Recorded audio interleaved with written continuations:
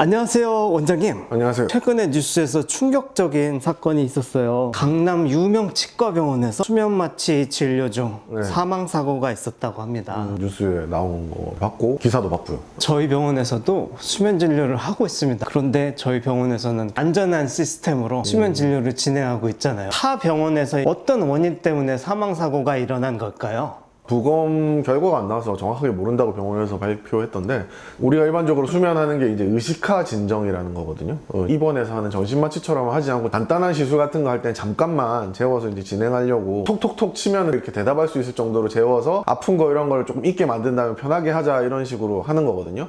그래서 완전히 이제 주무시게 하는 건 아닌데, 아무래도 제일 많이 하는 게 피부 시술이나 내시경 받으실 때 많이 하세요. 피부 시술도 요즘엔 피부에 주사로 막 전체 찌르는 것도 있고 하다 보니까 통증 참는 거 싫어하시죠. 그래서 이제 주무시면서 받고 싶어 하시니까. 그리고 아주 간단한 성형 수술들 할 때도 의식화 진정 정도로 처리하는 경우도 있고요.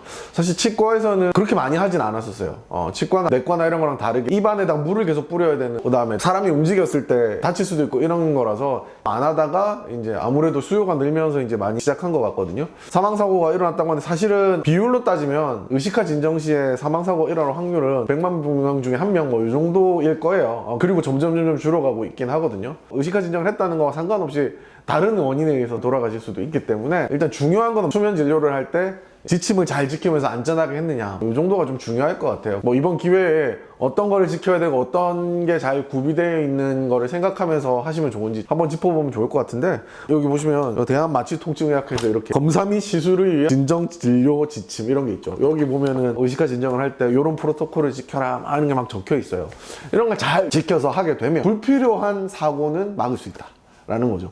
다른 시술이나 다른 원인이 아니라 의식화 진정을 하는 도중에 거기에서 부주의함이나 준비 부족 이런 거에 의한 사고는 막을 수 있기 때문에 이 프로토콜을 지키는 게 되게 중요하거든요. 뭐가 중요한지 이런 것만 조금 설명해 드리면 좋을 것 같아요. 그리고 이번 케이스에서도 원인이 될 만한 거 한번 짚어보실 수가 있겠는데, 잠 재우는 약과 통증을 줄여주는 약, 이렇게 두 가지가 있는데, 진정제는 이제 잠 오게 하는 약이고요, 진통제는 안 아프게 하는 약이에요. 진통제도 우리가 타이레놀 같이 그런 약도 있지만 마약도 있거든요. 근데 이 마약류는 펜타닐 같은 거 드신 분들 막 해롱해롱 하죠. 통증도 없애주지만 의식을 떨어뜨리는 역할도 하거든요. 둘이 합쳐지면 더 세겠죠. 그래서 이거 두 개를 다 주고 그 다음에 근위안제 꽂아서 사람이 아예 못 움직이게 만들어서 재워서 하는 게 전신마취예요. 그거는 양용도를 맥스로 주겠죠.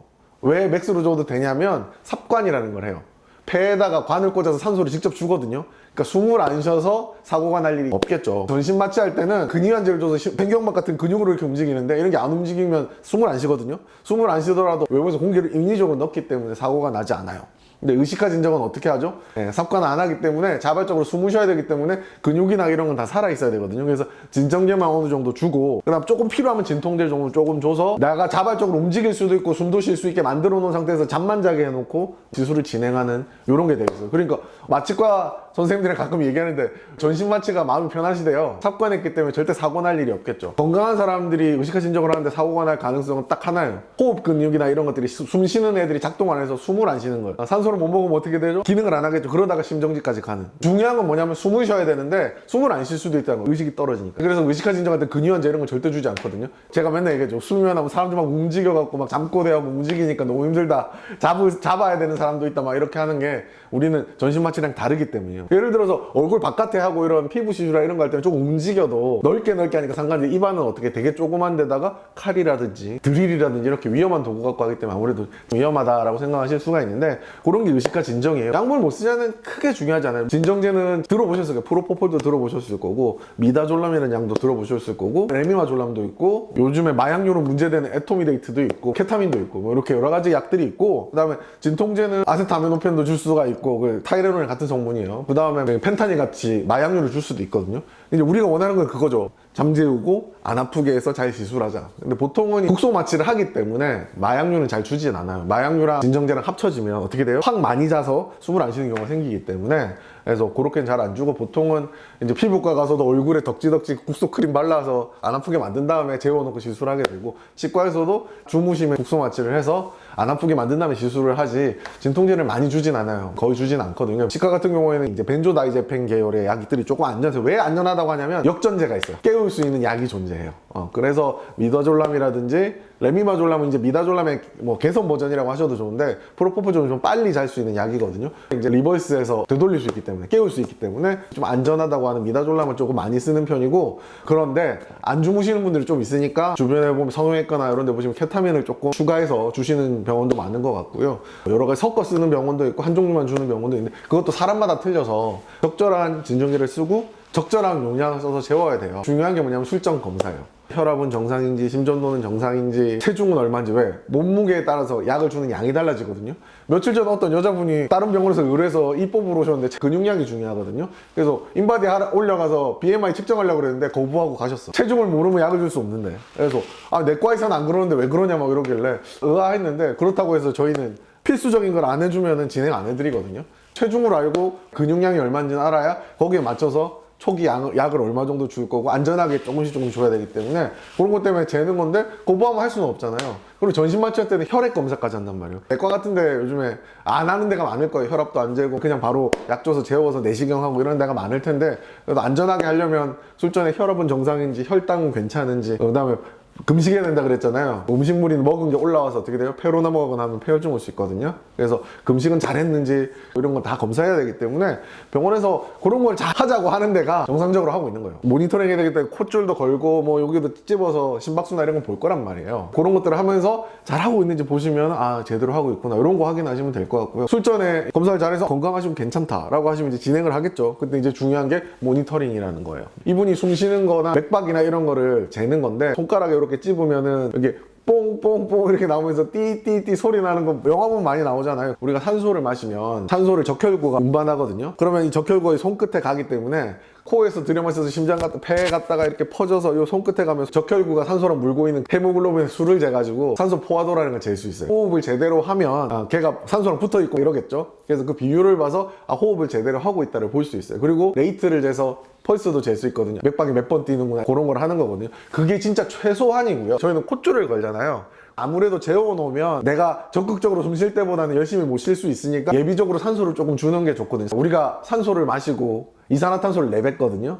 여기 콧줄을 걸면 내뱉는 이산화탄소 농도를 잴 수 있어요. 1분에 몇 번 내뱉느냐도 나오고 이산화탄소가 나오는지를 그래프로 보여주는데, 이거를 CO2를 잰다고 그냥 편하게 표현할게요. CO2를 재는 게 중요해요. 그거까지 하면은 어느 정도 안전하다 이렇게 생각하시면 될 것 같아요. 원래는 전신마취하고 나면 여기 혈압계도 달아서 혈압도 주기적으로 계속 재고요. 심전도도 12개짜리 뭐 이런 거 꽂아놓고 다 재는데, 의식화 진정에 제일 중요한 건 CO2예요. 콧줄 가는 거. 우리가 산소를 마셔서 폐에서 심장 걸쳐서 피가 여기까지 오려면 시간이 걸립니다. 네, 그러면 본인이 지금 숨을 안 쉬기 시작했어요.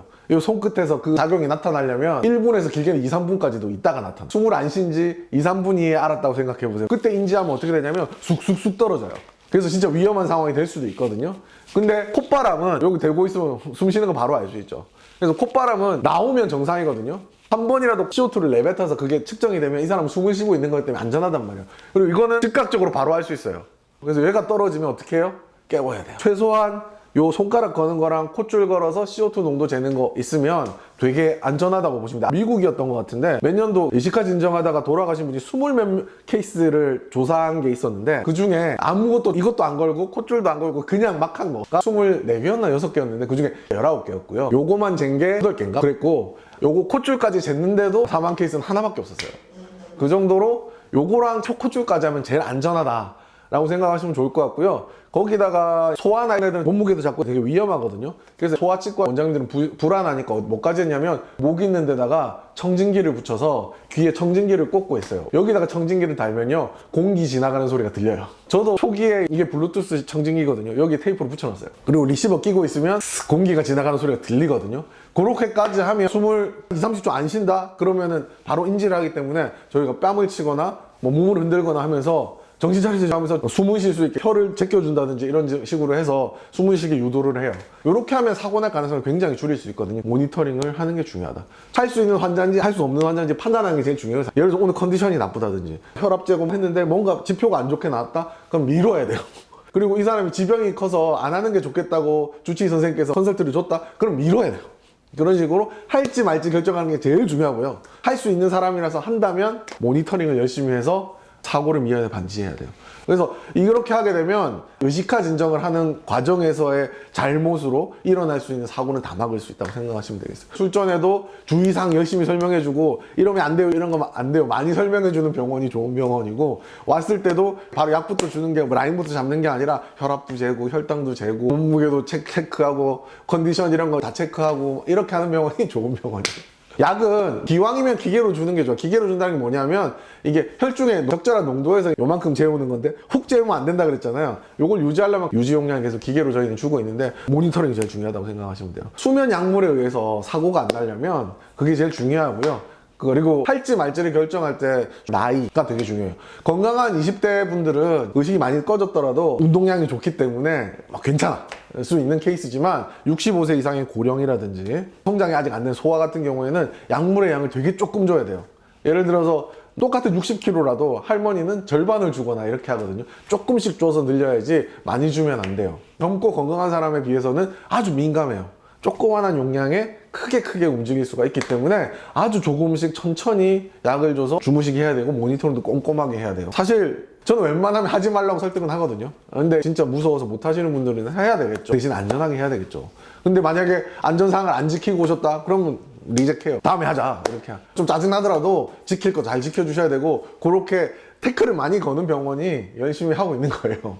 무조건 해줄게요 이런 게 좋은 게 아니에요. 출전 검사 열심히 하고 되게 어리다, 그리고 아주 고령이다, 그리고 지병이 많다, 이러면 위험할 수도 있기 때문에 응급 상황이 일어났을 때 바로 대학병원에서 응급 처리를 할 수 있게 큰 병원에서 하시던지 아니면 대학병원에서 하시는 게 좋고요.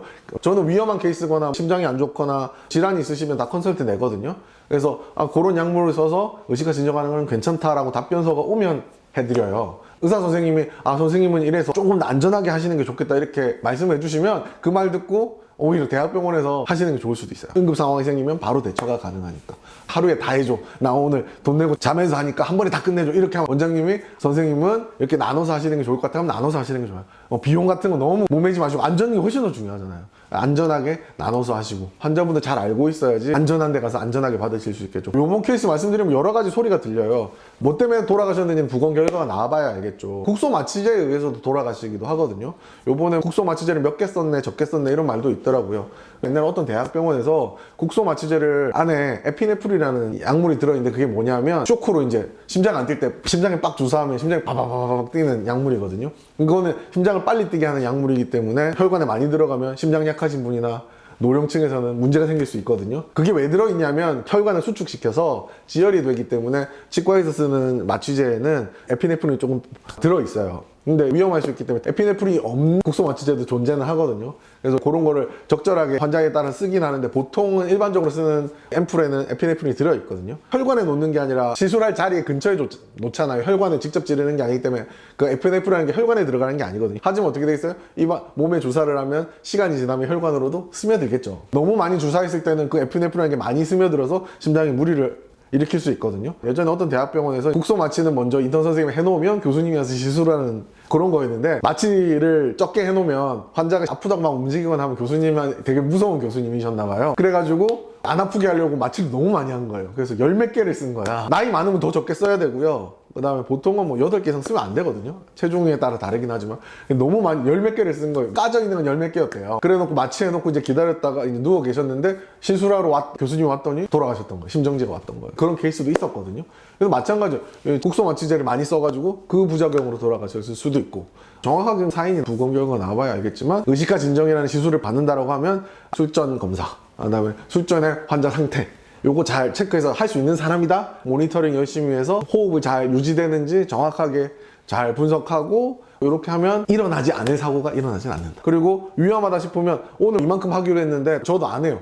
이 환자가 막 많이 움직이거나 위험할 것 같으면 일단 할 수 있는 데까지 하고 그냥 깨워요. 그리고 다 설명드리고 욕먹으면 욕먹고 왜 이거밖에 못했냐고 혼내면 그냥 혼나더라도 안전하게 하는 게 제일 중요하기 때문에 그냥 그렇게 하시는 게 중요해요. 그래서 설명 잘 들으시고 안전하게 해주세요 하는 게 제일 중요해요. 목숨보다 중요한 게 어디 있어요. 쓸데없이 고집 부리다가 사고 나면 안 되잖아. 그렇게 생각하시면 되겠습니다.